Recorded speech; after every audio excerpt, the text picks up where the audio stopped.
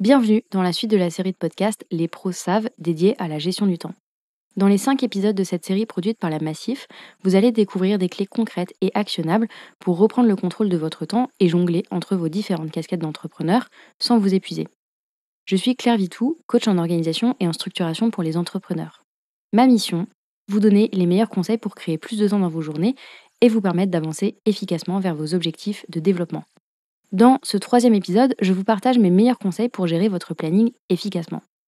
Comment optimiser votre temps et vos journées? Comment bien organiser votre planning?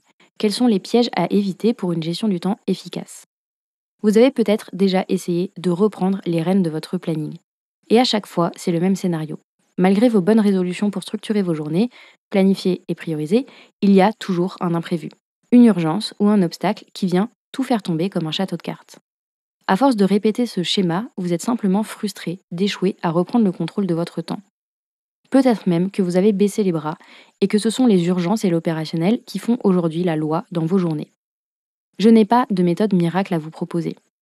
En revanche, je sais d'expérience, après avoir travaillé avec des dizaines d'entrepreneurs, que pour gérer sereinement et efficacement son planning, cela commence par vous organiser un minimum. Je ne vous parle pas de créer une multitude de nouvelles habitudes ou de mettre en place des outils d'organisation compliqués. Mais il est absolument essentiel de comprendre qu'une bonne gestion du temps commence par un minimum d'organisation.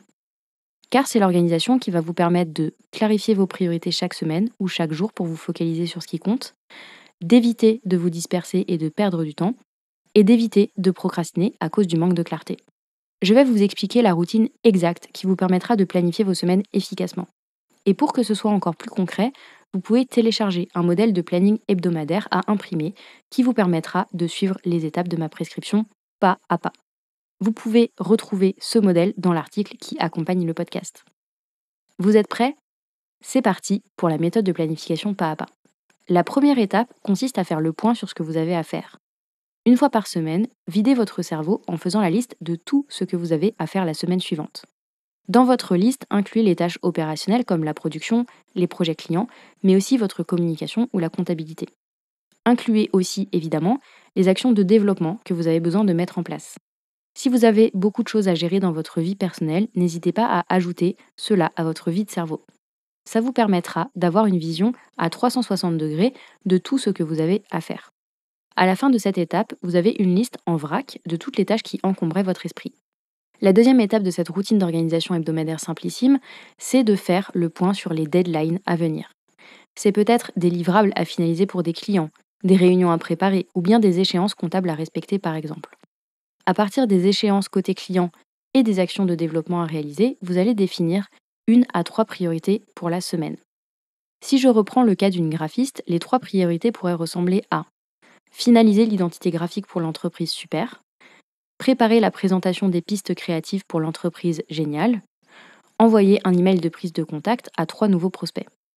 Dans le cas de Johan, le serrurier de l'épisode 2, cela pourrait ressembler à facturer les clients de la semaine dernière et relancer les paiements en retard, préparer les fournitures pour le chantier chez Madame Dupont, identifier 3 écoles avec des cursus de serrurerie en apprentissage pour préparer le recrutement futur. À la fin de cette étape, vous devez avoir une idée précise des tâches sur lesquelles vous allez vous concentrer en priorité sur la semaine qui vient. Peu importe si vous organisez votre semaine le vendredi soir ou le lundi matin. L'essentiel est de le faire pour éviter de vous laisser submerger par tout ce qu'il y a à faire entre guillemets, et de créer ainsi une hiérarchie dans l'importance des tâches. La 3e et dernière étape de la routine hebdomadaire d'organisation, c'est de visualiser votre semaine et de répartir vos tâches jour après jour. Vous n'avez pas besoin de planifier vos journées à la minute près. L'objectif ici est plutôt d'avoir un plan qu'il vous suffira de suivre pour une semaine de travail efficace. Pour finir, je voudrais vous donner 4 conseils pour gérer votre planning efficacement.